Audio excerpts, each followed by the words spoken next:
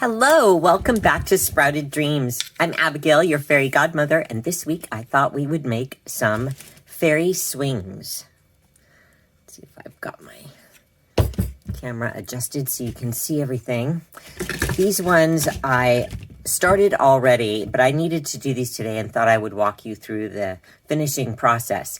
You can take almost any branch that has this sort of 7 or L shape and turn it into a swing. Many times you may not be able to find in your area flat stones like I use for the base of mine, which gives them the stability that they need to actually create this swing action for the fairies and gnomes. But you can always drill a hole in the base of your wood and in that way add a pick directly straight up, and that way you can put the swing into the dirt and that will give the same sort of stability. So once you have found your piece of wood, I drilled straight down, hopefully you can see here, 2 holes in the top all the way through this top branch, and I did that on both of these. And mine are screwed and glued in at the bottom so that they have these nice bases. So if you have a flat stone, you can do the same thing. Just find your stone that you want to use that has enough stability to give the front of the swing some sort of width across the front, because this is where the seat will hang from and it can wobble. And similarly, if you have no stone base and you want to go just through and put a pick all the way through, make sure your pick is very long so that it goes into the ground and the top part won't wobble.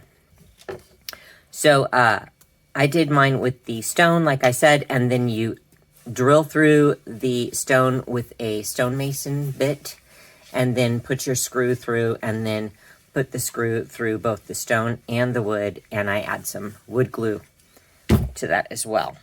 So once they're on, then you can see where it's going to hang and drill straight down through your top of your swing. Now, here comes the part where it actually gets kind of tricky, is each one will sort of move differently. You can see on these how this one is far straighter, and this one actually is offset from this main branch that is going vertical. This horizontal one actually sets off from this main part. So this is going to hang and swing differently from this other swing over here. So let's start with kind of this basic one. This one is going to be fairly straightforward and it's going to swing fairly evenly. So you could use, I have these pieces that I have already cut and varnished, and they will need some more varnish once they're applied. And I always do coat the strings that I use as well with a clear polyurethane, because that helps to protect the swing from decay outside. I mean, honestly, I just use a jute type of, what is this, string, I suppose, and tie that on. But if you add the polyurethane, it's really going to give it some extra staying power. So you can choose something that has a unique shape like this, or something a little bit heavier and blockier, or even like this side has a very pretty pattern to it. But you're going to have to make sure that it's going to swing evenly. Some of the pieces want to wobble, and especially if you don't tie your string tight. Now this one is wider here and narrower here, and it's going to be kind of heavier back here. So it's going to tend to want to tip. So you may want to put that on like this one where it's going to be a little bit off anyway, because this may actually function better. Maybe not. You have to kind of play with it and look at where your piece is going to swing between these two and see if you can find something. I think this little square one is actually going to do good on that one. And I am thinking this sort of funky one is going to do good here, because it has the clearance, as you can see, the clearance here to swing well. Maybe I'll go this way. more narrow and wide to the outside, or we can kind of go like this. This is nice too.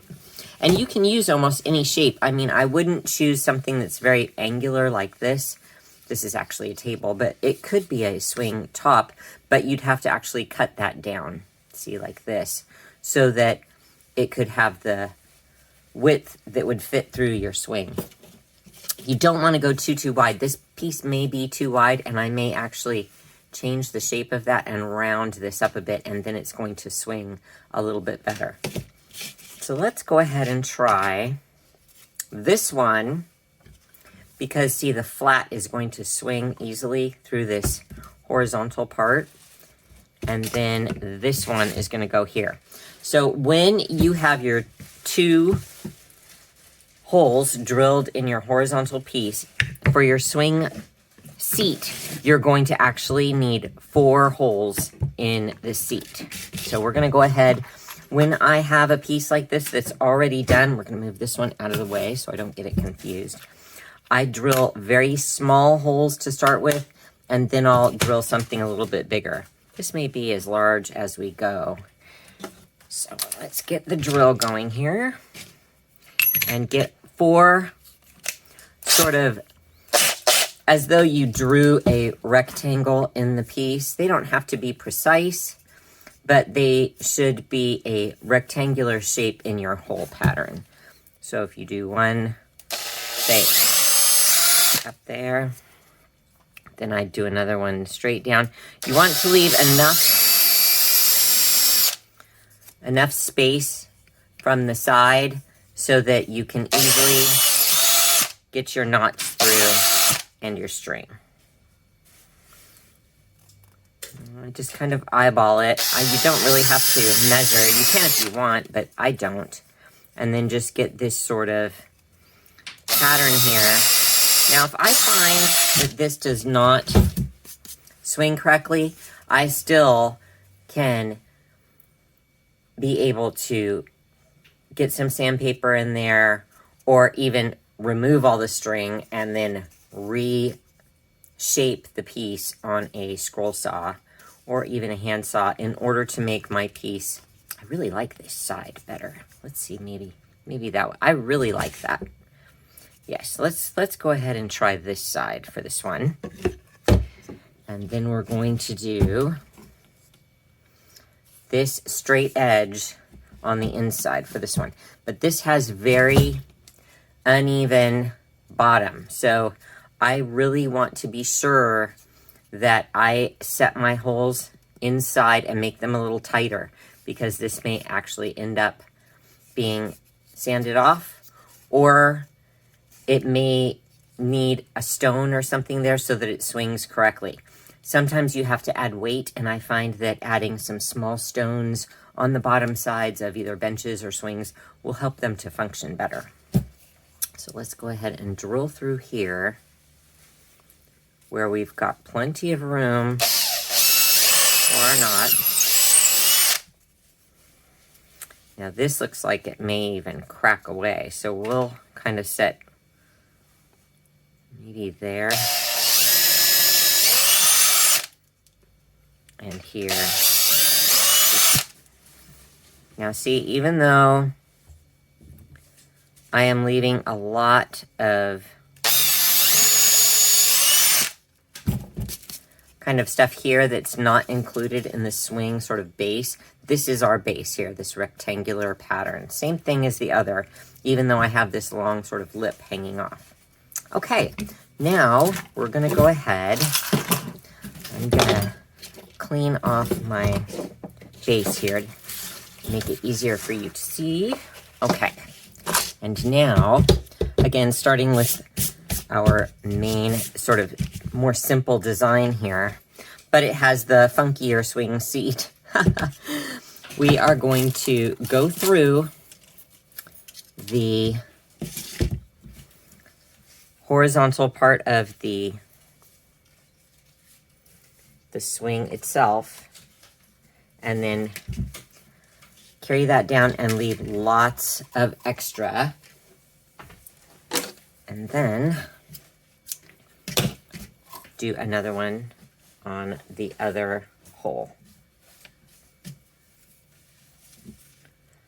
Now, if you have a hard time getting these through, you can use a toothpick to help push it through, or I like to use beeswax because it really helps to kind of coat the ends. And I have kind of a big hunk of beeswax that I will feed through. Sometimes the string will really give you a hard time, and sometimes it works just no problem at all. It sort of depends on the wood you're going through and the size of your hole. So I just tie a simple knot, first over and under, and then under over. If that makes sense, it makes a square knot. And I just do that a few times. So this one goes over, and then we go under. Just like that.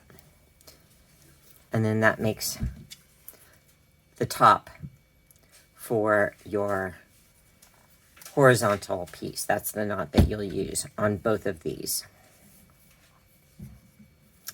It's nice to do this first because you're not worried about the length or anything like that. So we go over, and then under, and over, and then under. And that makes a nice solid knot that's not going to come undone, especially once we put some polyurethane over that. It's nice and stable, and it's a nice big knot. And we will trim these pieces off once we make sure that our swing seat is going to hang properly. Now this is going to be where we add our seat. Now I want this seat to go this way. So on one side, you're going to go first in, we'll call this side the front. So we're going to go in the front and then up the back. See, now that gets harder as you go through thicker pieces like that. Where is my toothpick? Okay. So if you find that it's not feeding through, just add a toothpick. It kind of helps to push it. So we're going to go through the front, down through the front, and then up through the back on one side. Doesn't matter which side. But then on the other side, we're going to come the other way around. So get this through. Now we're not tying any knots yet. We've got to make sure we get the height correctly. Now on this side, we're going to go down through the back first, because this helps to make the swing actually swing back and forth correctly. If you go both down on one side and then up the other equally on both sides, they tend to not swing evenly, at least in my experience. This is the way I do it. Maybe somebody is a swing expert, but for the fairies, I find that this is the best way to do it. Now, if you have a figurine that you want to sit on your swing seat permanently, I find that once you get everything all on and it's secured the way you want it to, it's absolutely time to attach that figurine with some glue to your seat. Now, some people like to have a permanent one and some people like to switch them out. See, now this is where I'm testing the swing ability. I'm just sort of wrapping this around the top part here, and I'm testing how well it swings. So it's not too bad. It does kind of want to hit here a little bit. So this is not too shabby. As you can see, it wants to swing correctly, but this one kind of does move. So I may just sand that a little bit. It seems to be like it's moving pretty correctly. Let's see if I go this way. We kind of have to see which way it wants to. No, if I go that way, so I have to know that this has to wrap up this way from this side, and then this one is going to wrap up this way. Yep, that's going to work. So play with which way your strings go down and up, and then you'll know. And you also want to check the height. You don't want your swing to be way down low, so close to the stone, or where it would be close to the ground. So measure, if you don't have the stone there and you're just doing it with the stick, make sure you don't get too far down to the bottom. You want it to be about 2 inches up, approximately 1.5 to 2. All right, I like this. Yes, it does want to bonk there, but I think that we can fix that after we get it actually attached. So we're going to go with this height on this one.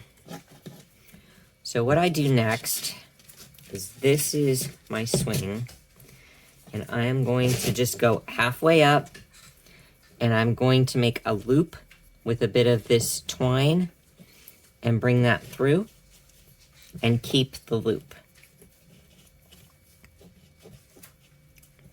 Hope that makes sense. So there we are, and then I'm going to tie the loop into a knot. Let's see how that sits. And then you can kind of pull it and see if that's the right height and where you want to be. That's just about perfect. And then what you can do is go ahead and come around. Let's see if I can show you. This is your loop here, and this is your added string, and it's pulled tight. There's a little loop here. It doesn't matter. You're going to actually seal this whole thing. So we're going to come around this and do that on the top and on the bottom of that little loop knot that you made.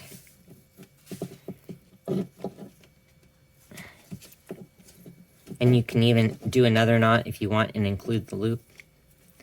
It depends on how big you want your knots to be. I don't mind a bulky knot. I think it looks attractive, and it adds to the sort of whimsy of the swing. And then you can trim these off, because like I said, we're going to seal that. Okay. So now is the part you really want to be careful. Make sure that this swing is a good height.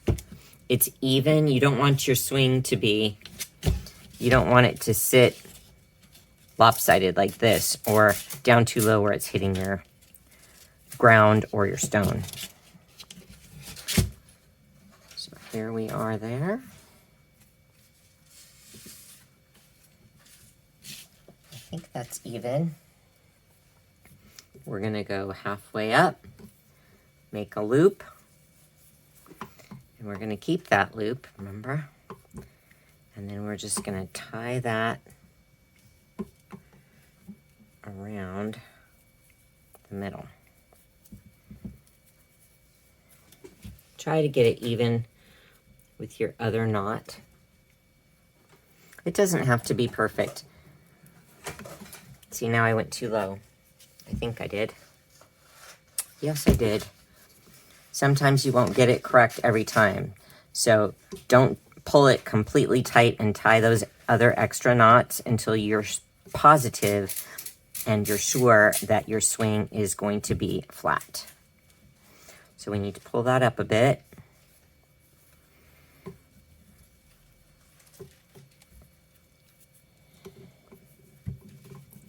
then we're going to go here. Okay. Hopefully that works better. I did it too long again. See, so you have to play with it several times. It's not easy. It looks very easy. It's simple, but it takes a bit of doing, mainly because you're always going to get one side where you're like, oh, that's just perfect. And then you have to match the other side to it. And so being able to get an even knot tying in the center of some strings, as easy as that sounds, it doesn't always go. Okay. Now watch, I'll tie it too short. Okay. It would not surprise me. But at least you see the process. There. Oopsie. Now it slipped. Okay, so it slipped, so we're going to pull it back up to where it should be. And then see if we can get that knot to move into the position that we need it. All right, that worked. Then you can pull your knot tight, and then you can add your knot on the side, and on the bottom. There we go.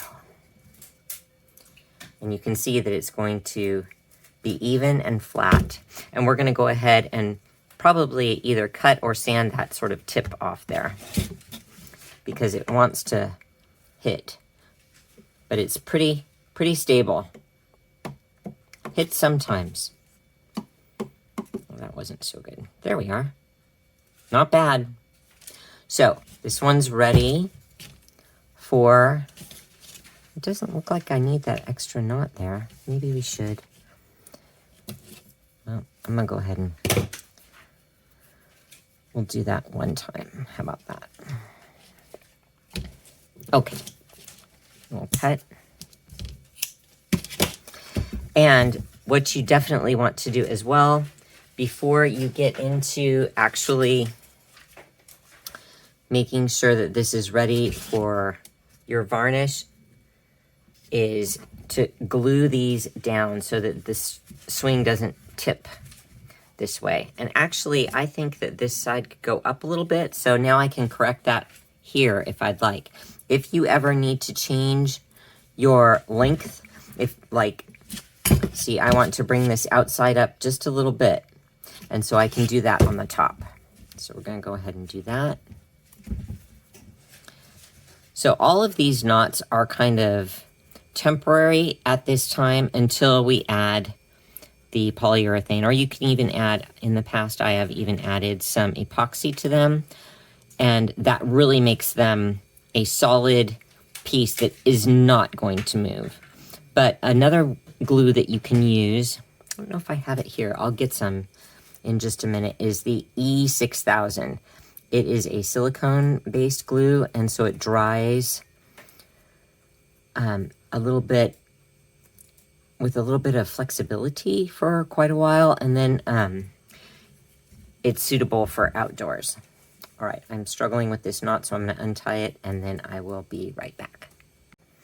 Okay, got the knot undone, and what I did was I tested the swing, and where the previous knot was, and this needs to be, is like maybe a centimeter and a half from where it was. It's not very much. And then I had it swinging just perfectly. There we go. So what I did also is on this side where it wants to hit, I took this large rasp and took this down just a little bit. These are very handy to have around if you just have a small amount of wood that you need to kind of file off. I did that already, but you can take down just by 0.5 millimeter at a time. You can shave down, especially softer woods like this, and be able to get the effect that you need. Whoops. Now I said you were swinging perfectly. Do it. There.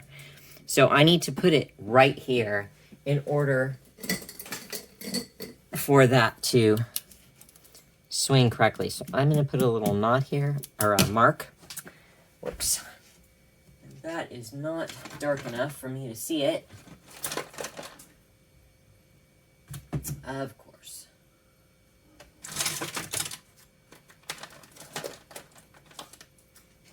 Maybe that will work. I doubt it, but we'll try. How about that? Just need a little dark spot so I can see where to tie this knot. It has to be right here, and then the piece swings correctly. So that's what we're going to aim for, is putting a knot. Egads, where did it go? I didn't mark it deep. Oh, there it is. Okay. Is that it?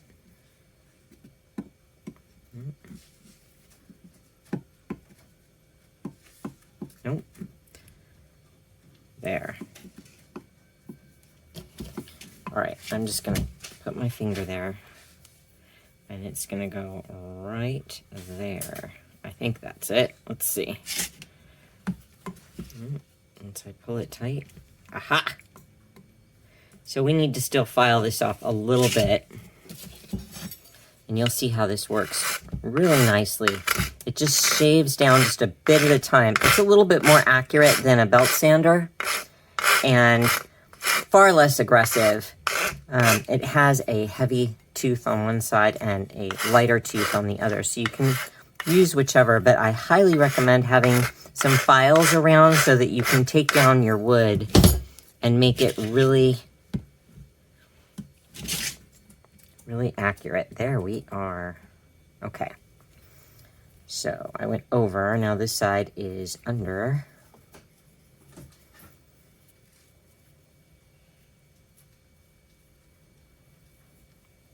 Okay, and then over.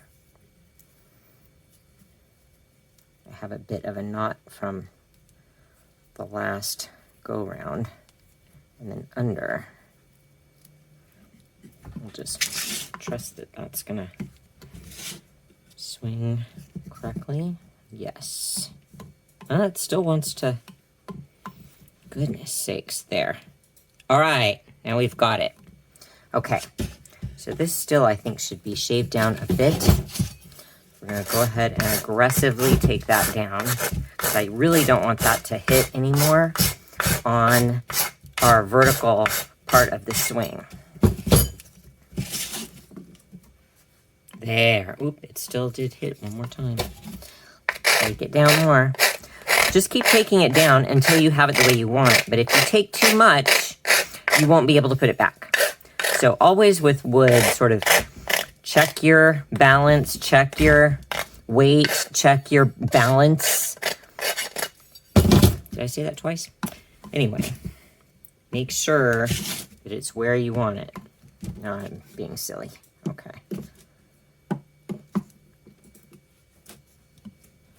Don't have it set right. Okay. There. All right, once you have it where it swings even, that's where you want to keep it. Right there. So my strings are exactly right here. So I'm going to put some 2-part epoxy right there so that they are able to stay. See, they even need to be a little more. Okay. Nope. There. How about that? Aha! Play with your pieces until you get it right. Okay. I am happy with that. Okay. Now we can cut our top pieces.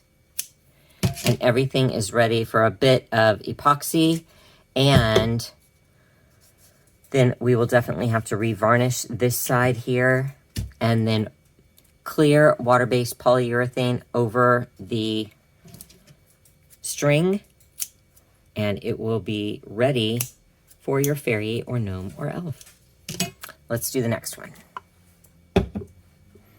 And once again, like I have done in the previous weeks, I'll finish up with the varnish and then show some video and photos of what the swings look like once the varnish has dried. So let's do this one. Now, I really liked this sort of unique pattern it has here. This one it's pretty, but it's kind of boring. This is super exciting. So I think we're gonna go this way because see this little Y, it can go out to the side like that a bit. And then we're gonna have, again, the flat side going toward the horizontal or the vertical side of the swing. And this one has kind of a little knot that wants to stick out, and that's kind of right where the swing will be, actually the seat will be. So we've really got to get this either up or below that sort of bump. So this is going to be a tricky one. Let's see how we can do. All right, let's get our strings and put those through just like we did. Down on the horizontal ones. And sometimes you'll find if you have a hole in your horizontal piece and you have drilled it at an angle, your seat will not move freely. It's going to always wobble. So be sure that you have your swing set up when you drill so that you can drill straight down, well, as straight down as possible. So here, this way. Once again, we're just going to go over, under, and then do that again. Over, under. Pull it tight, but not super tight, so that like on the previous swing, if you have to redo, you can. Over, under, over, under, over. There we go. And then we go through our pieces. Remember, if we're doing this on the inside, we're going to go down the back. And then we'll start on the opposite side for the other side. Where's my toothpick? Always, always, always need a toothpick. Oh my goodness, doesn't want to go through. There we are. This one is a lot thicker piece than the last one, so we may need to drill larger holes. Sometimes you can get them through. It just sort of depends how much you can grasp. There, that went. All right. So that one is going down, and then we're going to go up this way. Now that's awfully frayed and going through, so I'm going to go ahead and get a clean cut on that string. And then we just twist the string so that it continues to twist tighter, and you'll find that it makes it through the hole a lot better. If you twist it the wrong way, it's going to fray more. So now we're going to go through this front side first, and then up the back. Not through yet. There we go. Go. Oh, it's bound up. Can you see that? It got sort of tangled up in the middle. I wondered why it was moving so freely but not going down. So this is going to need some toothpick help. Otherwise, the string is kind of lost. You can see that my hole is big enough. The toothpick just made it clear through. It's just, there we are. It has an open space here. Uh-oh. So, we're just going to twist that tighter, I hope, and make it through. That's the plan. Come on, string. Go with the plan. If we can't get that through, I may have to cut a different piece. The strings are made of several different threads, and this one did not go through. Oh dear. We may have to cut a new string then. Let's see if I can fix that with our beeswax. Okay, like I said, I have a big thing of beeswax because it comes in handy. So we're going to go ahead and pull this through the beeswax several times and see if I can get it to make itself more of one cohesive piece and really twist that well. And then, so that it's tight. If I would twist it the other way, it would be making the thread looser. So you want to twist it to make it as tight as possible. And then we're going to attempt the same thing again. I'm going to go down. And then we're going to make it tight again. Hopefully, a little more beeswax. None of your beeswax. Then we go up this way.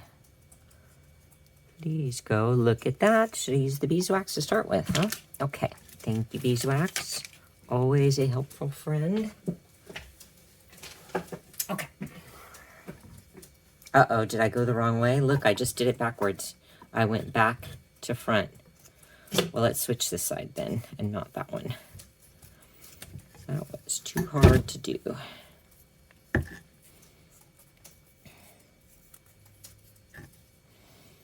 We'll go this way. I better get the beeswax again, or I'm going to get myself in trouble.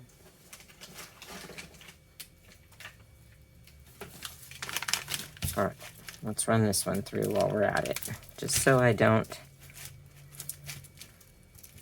end up with a mess like I did on the last one. There. Okay, so now we need to go through this way.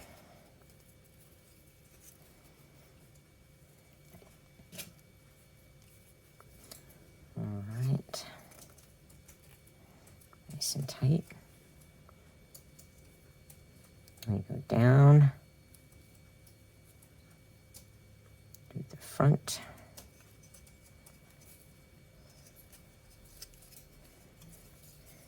And then up this way. All right.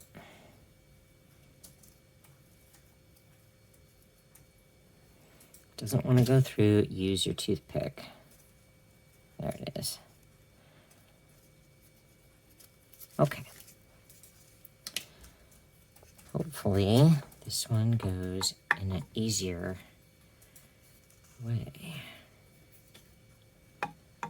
Oh, this one wants to twist badly. Okay.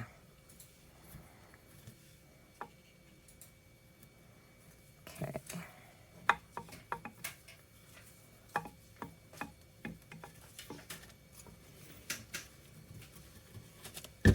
So, as you see, the swings are very temperamental.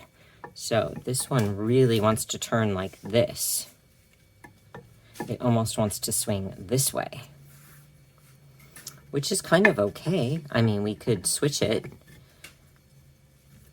and have it swing that way instead. If that's the way the weight is better, we could. Let's see. We may be able to get it this way. No, it wants to go that way. Maybe this way. Really not too sure on this one. No, it wants to go this way. Well, we may have to switch our pattern then. So even though we made the rectangle kind of like a long rectangle this way, we may need to actually do the threads in a different way. So we may need to go so that the threads are this way and this way. Okay, we can do that. No problem. Okay.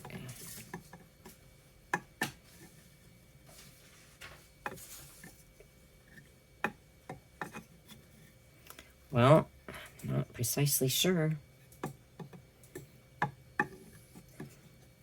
Okay.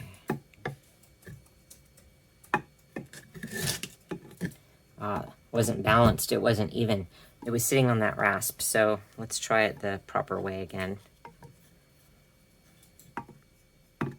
Nope, still wants to turn that way. Well, let's see. Okay. Maybe this is always a problem with the swings in order to get them to swing correctly.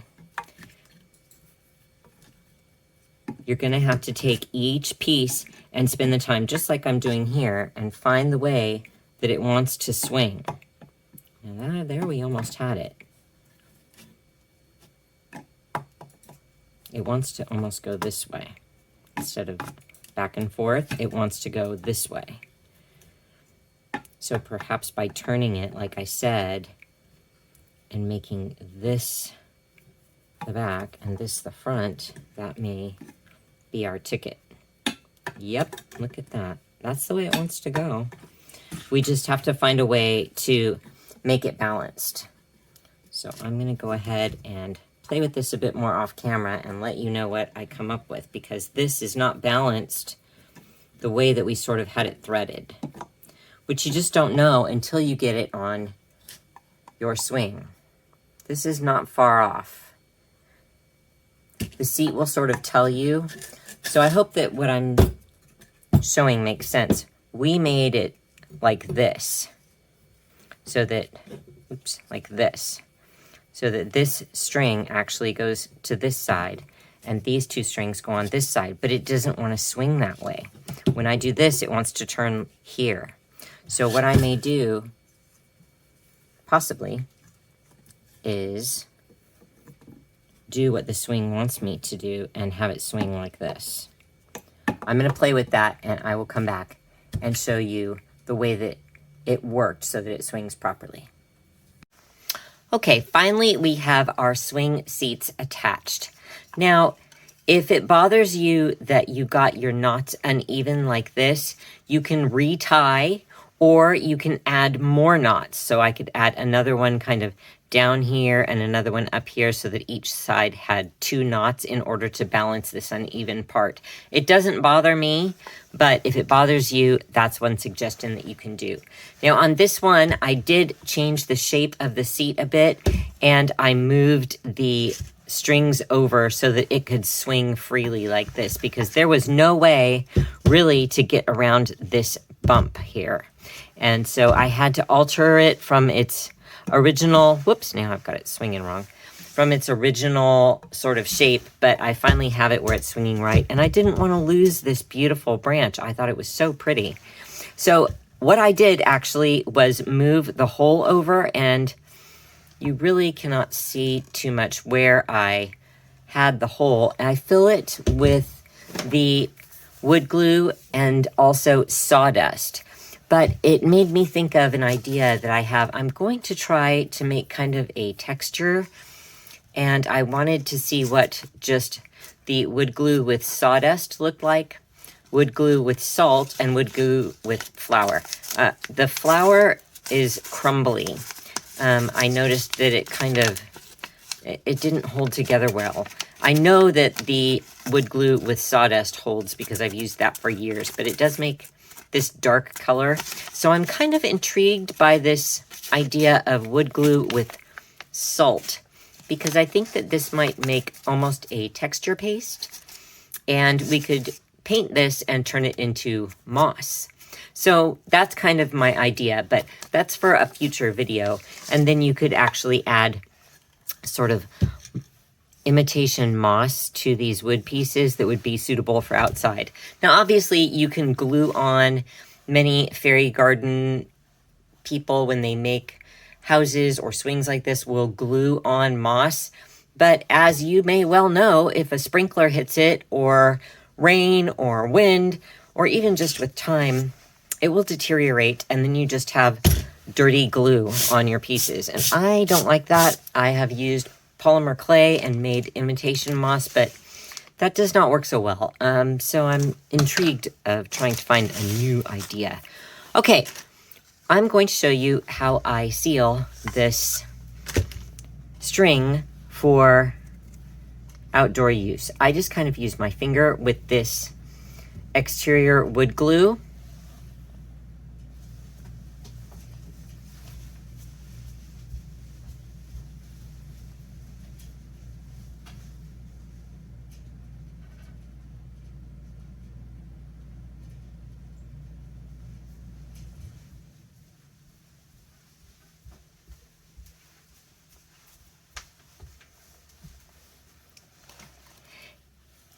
Okay, and I coat the strings and the knots especially. And this is after you have applied a bit of glue to the bottom side and adhered your strings to the bases. And you can then go ahead and rub your polyurethane water-based onto the strings there as well, even though most likely it's not going to get hit there, but you could get some rain that would splash up. And this just gives it extra stability to your knots, but also longer life for your string, because the rain is not going to sit on this. It will bead off and actually function a whole bunch better.